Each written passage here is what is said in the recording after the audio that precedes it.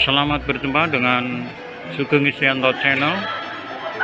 Siang ini saya bertemu dengan Bapak Agus Priyanto SAG, alumni SMP 7 Pekalongan tahun 90 ya Pak? 1990. Sekarang dulu murid, sekarang menjadi teman karena sama-sama mengajar di SMP 7 Pekalongan dan juga di SMP 9. Pak Agus ini mempunyai kegiatan ekstra yang cukup keren, yaitu taekwondo, pelatih taekwondo sekaligus menjadi wasit. Bisa diceritakan kegiatan minggu hari ini apa Pak Agus, dalam rangka apa? Pada minggu hari ini kebetulan ada kegiatan seleksi Popda Taekwondo tingkat Kota Pekalongan. Yang kalau dulu itu namanya Popda, karena musimnya adalah masa pandemik, jadi kita memberi nama dengan seleksi terbatas Popda Taekwondo Kota Pekalongan yang diselenggarakan selama 2 hari, mulai hari Sabtu kemarin hingga hari Minggu hari ini ya. Jadi kegiatannya menseleksi atlet-atlet pelajar Kota Pekalongan mulai dari tingkat SD, SMP, dan SMA. Dari Kyurgi dan Pomse. Kalau Kyurgi adalah tanding, kalau Pomse adalah jurus. Itu Pak Sugeng. Diikuti berapa atlet ini Pak untuk Kota Pekalongan? Ini hari ini sekitar 180 atlet. Kalau kemarin Pak? Kalau tahun yang lalu, kalau hari ini lebih sedikit karena cuma 17 partai. Cuma kendalanya ada tambahan lagi dari partai yang hari Sabtu, karena hari Sabtu alatnya mengalami trouble, mungkin karena sering dipakai ketika dalam bertugas sehingga mungkin akhirnya ada trouble, sehingga yang hari Sabtu dipindah di hari Ahad ini atau hari Minggu ini. Selama COVID bagaimana untuk menyiapkan atletnya Pak? Selama COVID karena kita sangat terbatas, jadi kita dalam latihan pun kita mengikuti protokol kesehatan, ya, menggunakan face shield dan mereka membawa masker. Tetapi masker digunakan ketika memang kondisi kita harus dipakai. Tapi ketika anak itu berlari atau mengeluarkan oksigen menghirup oksigen dan mengeluarkan karbo, ya kita di kesempatan masker untuk dilepas karena biar sirkulasi udara untuk anak-anak cukup. Kemudian dalam pertandingan ini menggunakannya ada alat tambahan, yaitu berupa facial terbuat dari kaca plastik ya. Tujuannya adalah melindungi, ya, fungsinya sama dengan facial yang biasa, cuma ini dalam bertanding sehingga lebih keras untuk bahan atau medianya.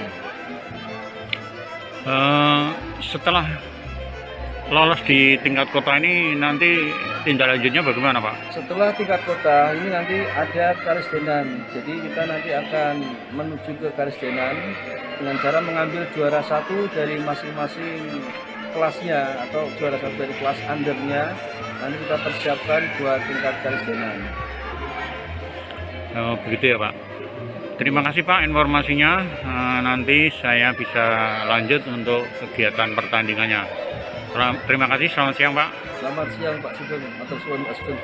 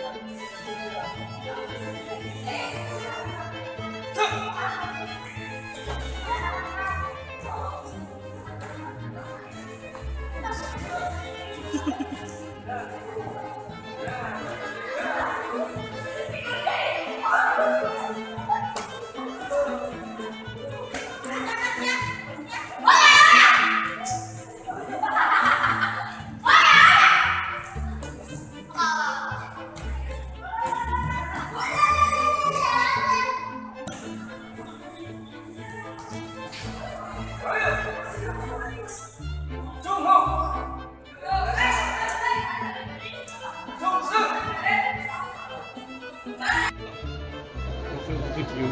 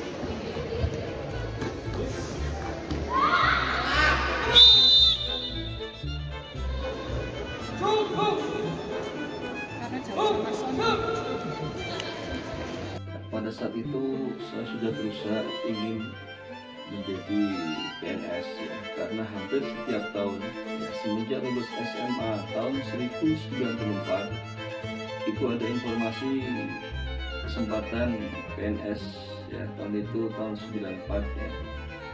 Saya berusaha untuk mendaftar ya, itu dari formasi lulusan SMA, tapi alhamdulillah ternyata Allah belum memberikan izin ya, sehingga belum diterima PNS pada tahun 94. Kemudian pada tahun 97 ya, ketika semester 2 pun ada informasi yaitu CPNS, yaitu PNS dari Kemenak atau Departemen Agama. Kalau dulu namanya Departemen Agama. Pada saat itu saya berusaha untuk ikut CPNS juga saat itu ya.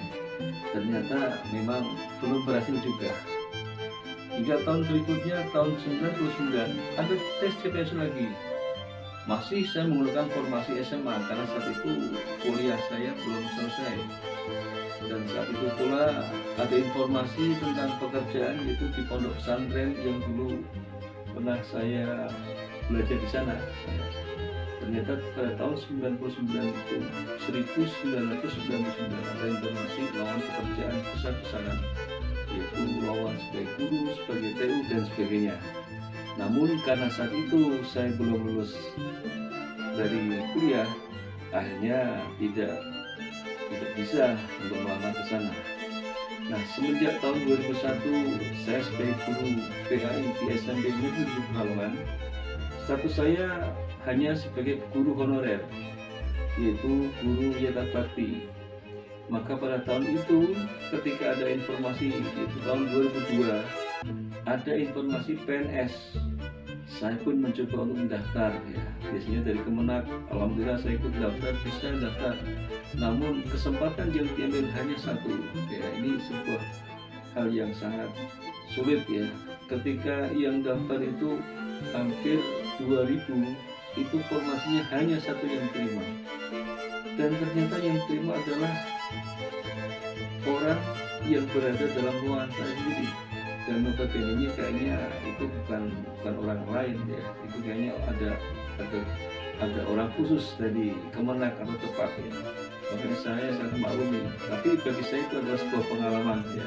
Bagi saya adalah sebuah pengalaman bagaimana saya bisa mengikuti tes CPNS dengan baik, dan ilmu inilah yang akan saya gunakan kelak ketika nanti ada kesempatan berikutnya.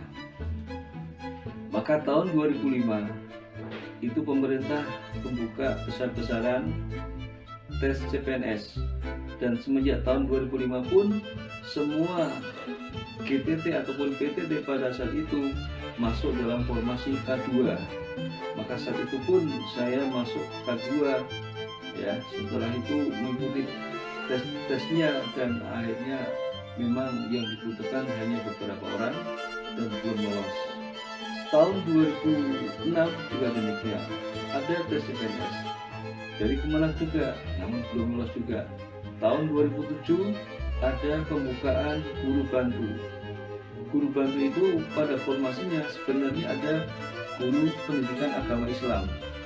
Mengapa saya bisa mengatakan demikian? Karena saat itu ketika melihat formasi di Dinas Pendidikan Kota Pekalongan, itu ternyata ada kode yang berkaitan dengan guru pendidikan agama Islam. Namun setelah saya tanya kepada panitia, ternyata kode itu hanya digunakan untuk guru agama Islam atau guru PAI yang dulu alumni dari PGA, bukan dari S1 atau bukan dari Aliyah. Akhirnya saya baru tahu, oh ternyata ini adalah kesempatan bagi mereka para bapak ibu guru yang sudah pernah mengabdi dan mereka lulusan dari PGA tapi belum memasuki PNS. Maka disitulah kesempatan guru bantu diberikan kepada mereka, dan pada akhirnya ternyata guru bantu itu diangkat oleh pemerintah pada tahun berikutnya. Namun hal yang seperti itu tidak saya sesali ya, karena itu memang kehendak Allah. Nah, tahun berikutnya juga ada tes CPNS pun juga gagal, karena hampir semua ketika ada jenjang tes CPNS ya. Ketika ada jenjang tes CPNS ini hanya 2 formasi. Bayangkan mereka yang daftar hampir ribuan, tetapi yang dibutuhkan hanya 2. Ini adalah sesuatu yang sangat mustahil ya, atau suatu hal yang sangat sulit. Mungkin hanya orang-orang tertentu yang bisa menembus ke sana. Hingga berikutnya tahun 2013 ya, ada tes CPNS tetapi melalui honorer ya, yaitu kan kalau yang kita sudah pernah di 2005 itu terdaftar sebagai guru honorer atau PTT ya, atau karyawan honorer atau PU honorer. Ini 2005 sudah memiliki nomor ya, atau memiliki nomor peserta yang dinamakan tergolong dari K2. Maka tahun 2013 insya Allah mengikuti dengan baik, dan alhamdulillah setelah mengikuti ujian pada saat itu, alhamdulillah pada 2014 diumumkan bahwa saya termasuk di dalamnya, yaitu termasuk guru-guru yang diterima sebagai CPNS, calon pegawai negeri sipil. Karena yang dibutuhkan pada saat itu adalah 30% dari jumlah PTT maupun GTT ya. Coba Anda bayangkan, kalau 30% dari jumlah itu berarti tidak 100% akan diterima. Maka kesempatan inilah pada saat itu harus kita manfaatkan sebaik-baiknya. Mungkin bagi teman-teman yang dianggapnya nyantai atau bahkan dianggapnya pasti diterima, itu adalah anggapan yang salah. Karena apa? Karena kita melihat dari potensi ya. Potensi yang dibutuhkan adalah 30% dari jumlah yang ada. Berarti kan kita harus menjadi 30% itu. Maka saat itu saya berusaha dengan sebaik-baiknya, dengan maksimal, usaha dan doa semoga Allah mengabulkan apa yang kita inginkan. Dan alhamdulillah 2014 sudah ada pengumuman dan akhirnya kita diterima menjadi CPNS. Dan alhamdulillah bisa menerima SK, dan kebetulan SK saat itu penempatannya adalah di SMP Negeri 7 Pekalongan. Walaupun sebenarnya sebelumnya ketika masih menjadi guru honor pada tahun 2007 saya juga mengajar di SMP Negeri 9 Kota Pekalongan ya, sebagai guru honor juga ya. Selain di SMP Negeri 9 juga mengajar di SMP Muhammadiyah Kota Pekalongan. Bahkan pada tahun 2010 ya, ketika di SMP Negeri 9 jamnya sedikit, di SMP Negeri 7 ya, SMP Negeri 7 jamnya sedikit, saya mencoba melamar menjadi pekerjaan di luar sana, yaitu di kota Solo, yaitu melamar di pondok pesantren Assalam ya, yang dulu pernah saya belajar di sana. Mulai beberapa tahapan proses dan alhamdulillah diterima di sana. Namun setelah saya pertimbangkan, karena betapa jaraknya yang sangat jauh dan kemudian tidak sesuai dengan apa yang saya dapatkan ya. Karena ketika saya berangkat ke sana membutuhkan transportasi sekian banyak ya, selama di sana saya butuh konsumsi atau makan dan sebagainya, dan akhirnya nanti saya juga kembali ke Kota Pekalongan untuk mengajar di sekolah yang saya honor di situ. Ini ternyata tidak sesuai dengan apa yang kita keluarkan ya. Hanya energi, tenaga kita dan pikiran kita tidak sebanding yang kita dapatkan untuk memenuhi kebutuhan kita. Akhirnya ketika itu pula saya mengundurkan diri dari mengajar di sana di MTS di Pondok Pesantren Assalam Solo sana. Akhirnya saya kembali ke Kota Pekalongan full di SMP Negeri 7 dan SMP Negeri 9. Nah, pada saat di SMP 9 pun itu ada tawaran di SMK Nusantara. Pada saat itu saya diarahkan untuk menjadi guru di sana. Kebetulan langsung mendapatkan panggilan, dan di sana pun diberikan motivasi oleh kepala sekolah untuk bisa mengikuti diklat ya. Namun apalah daya ya, karena kesempatan itu ternyata tidak bisa saya ambil ya, karena kebetulan saya baru di SMP Negeri 9 diterima, seminggu kemudian harus melaksanakan tugas di SMK Nusantara itu ya, dan di situ ternyata ada waktu yang tidak bisa kita bagi. Akhirnya di SMK Nusantara saya tinggalkan dan kembali ke SMK Negeri.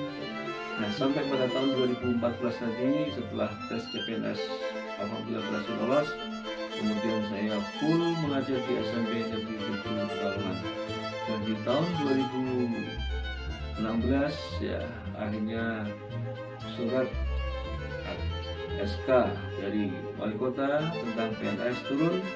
Ketika itu saya harus mencari sekolah untuk memenuhi jam saya, dan akhirnya saya berhasil untuk mengajar di SMP Negeri 6 Kota Pekalongan.